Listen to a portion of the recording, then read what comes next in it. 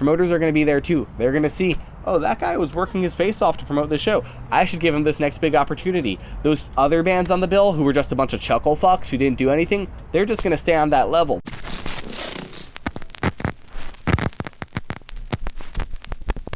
So I got a really good question. What's the best way to promote a show and why all the bands need to promote a show? What you see happen a lot is, 1 in 10 bands or so is like truly dedicated to this and is like hustling their faces off. And then a lot of times the other bands aren't. And what you see happen a lot is the truly dedicated band might make like 10, 15, 20 posts about a show, like fucking grinding their faces off. Personal accounts, band account, blah da da da da da da. They're selling it. They're trying to bring people. They're letting people know. And then the 3 other bands on the bill aren't doing shit. And like, maybe there's the touring band, and that's sort of one thing. Like, you shouldn't, the touring band should be promoting and pushing, but like, to expect them to push the show in Missoula, like, they're pushing the whole thing. They're not just pushing Missoula. So that's one thing. But like, the other bands on the bill, if they're locals, need to be helping make a show a success. And they aren't a lot of the time. And you can't rely on other people to make the show a success.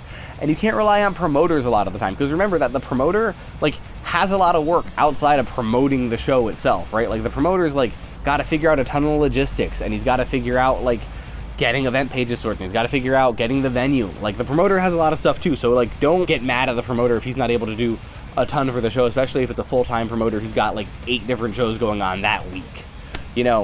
So, how do you actually promote the show realizing you can't count on other people because other people fucking suck? You post about it a lot on social. You run an ad, and you can actually target within Facebook people who have clicked interested or going on your shows before. So always make sure you're a host on the shows you're playing so you can have that data, okay?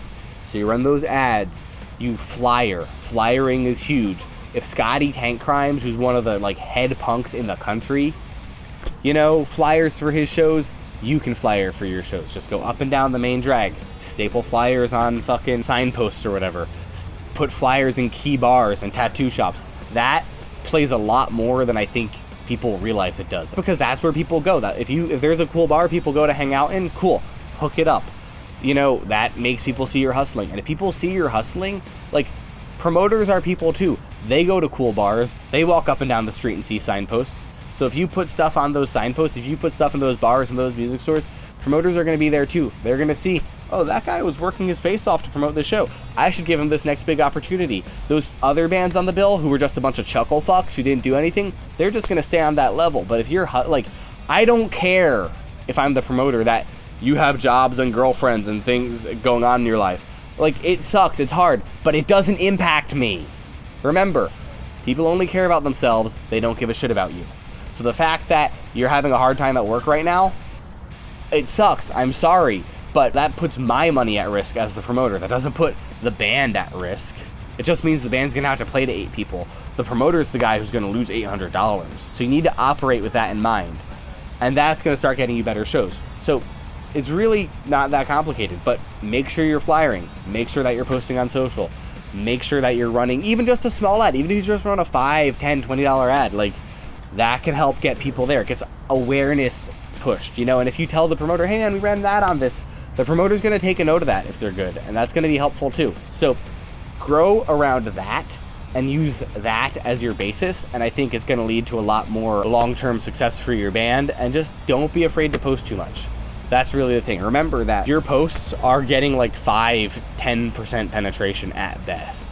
So you can just post again and again and again and again, and nobody's gonna really realize. Nobody's gonna think you're uncool for promoting yourself. It's cool to hustle. Like, it's fucking 2019. It's like the year of the entrepreneur. And as a general rule, in case you're wondering, the way I generally recommend it is, let's say you get announced the show 2 months out, post once a week from 8 to 4 weeks out, then from 4 to 1 week out, post like 2 or 3 times a week, and then from a week out on, post every day or every other day. Like, really, really hammer it in that last week that you need to be here on the 19th. It's gonna be fucking sick. And create videos like of you and the band inviting people from the merch space, or, fans saying how stoked they are, or you flyering. Just document about how great it's gonna be. Tell people you're gonna be playing new songs if you're gonna be playing new songs. Tell people what songs to expect. Let fans request songs. All that sort of stuff. Just push. Don't be afraid to ask. Focus on documenting, not creating, and it's going to lead to a lot of cool success.